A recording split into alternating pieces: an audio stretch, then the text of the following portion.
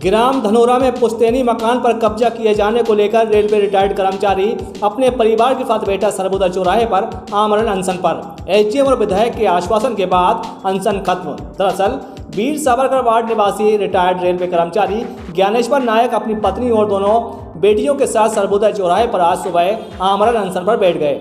Retired कर्मचारी का आरोप है कि उनका पुश्तैनी मकान ग्राम धनोरा में कब्जा कर लिया गया और कई बार शिकायत करने के बावजूद भी प्रशासन ने कब्जा नहीं दिया। वहीं परिवार के आमरण अनशन पर बैठने के बाद विधायक महेश राय और एसडीएम प्रकाश नायक मौके पर पहुंच गए, जहां पर एसडीएम ने पीड़ित परिवार को 4 दिनों तक पुश्तैनी मकान पर कब्जा दिलाने का आश्वासन दिया है, जिसके बाद विधायक ने एसडीएम और थाना प्रभारी की मौजूदगी में पीड़ित परिवार को पानी और दूध देकर अनशन को खत्म करवा दिया। आज सुबह 8 बजे से इनका पूरा परिवार ज्ञानेश्वर नायक का वो अपनी पत्नी और बच्चों के साथ में धनोरा के एक ठाकुर परिवार के द्वारा ज़मीन पर कब्जा कर लिया गया, मकान पर कब्जा कर लिया गया और काफ़ी दिन से इन लोगों को प्रताड़ित कर रहे थे। कब्जा भी उनने अपने जो घर के काम करने वाले थे उनसे कब्जा कराया गया।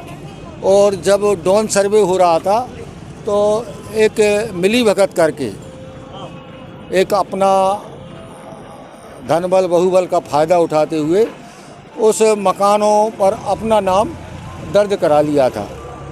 जब घर के लोग जाते हैं तो इन लोगों के साथ गाली गुप्तार करके भगा दिया जाता है, बेइज्जत किया जाता है।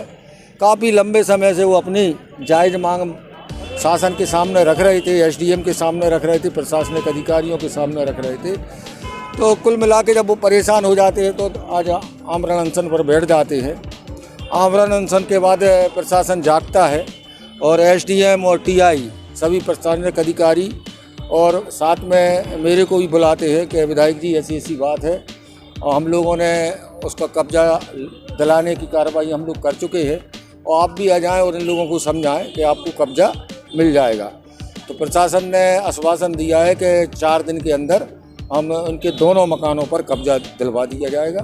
और जब कब्जे की इनको बात बताई तो उन लोगों ने अपनी बात और अपना अनशन स्थगित कर दिया।